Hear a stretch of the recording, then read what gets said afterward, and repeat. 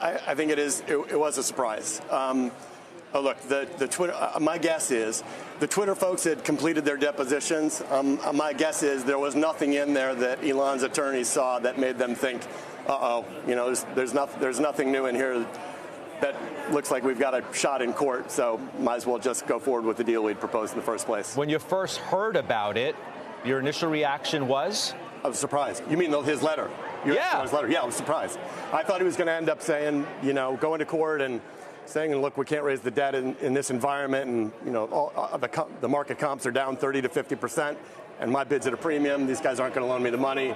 I'll pay the breakup fee, but it doesn't appear to be what's happening. And I would say further, everything I'm hearing, and it's all secondhand, it's not directly from anyone involved, is things seem to be moving forward. The lawyers that are working on the deal now are the deal lawyers, not the litigators. Well, it's the financing that still needs to fall into place, right. And there are still some legitimate questions as to whether it will or not. There was a story I read today from Business Insider, which quoted someone from Manhattan Ventures, quote, "We talked to other investors. Everyone's trying to get out of it.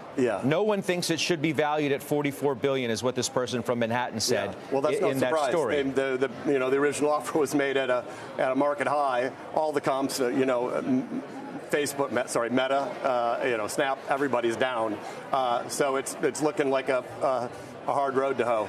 If he does close this deal, right, for the sake of this conversation, what's he do? What's he left with? Yeah.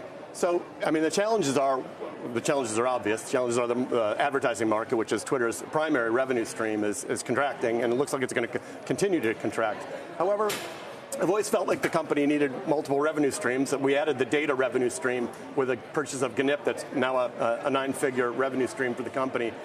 They have an opportunity to do things like, the newswire, the PR newswire market is a $3 to $5 billion total market. Twitter should own that market. You create your PDF of a news release, upload it as a Twitter card, and you have a live newswire market that you could license to everybody who wants to release their press releases on Twitter. You lose the risk of, I remember back in the day, one of our Twitter earnings reports was released early because the newswires got hacked or someone accidentally released it early. All that goes away, and you're in charge of your release. That's a $3 to $5 billion TAM that they could go after. You think Twitter is better or worse with him as the owner from the seat you used to sit in? I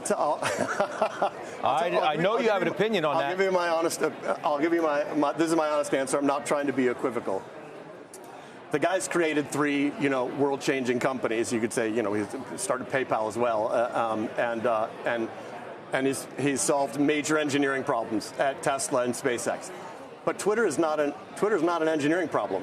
Twitter's how we behave in society and how we're going to treat each other in society and how we're going to deal with conversation problem. Look at the Kanye West dust up this week. Was it illegal for him to say what he said? No.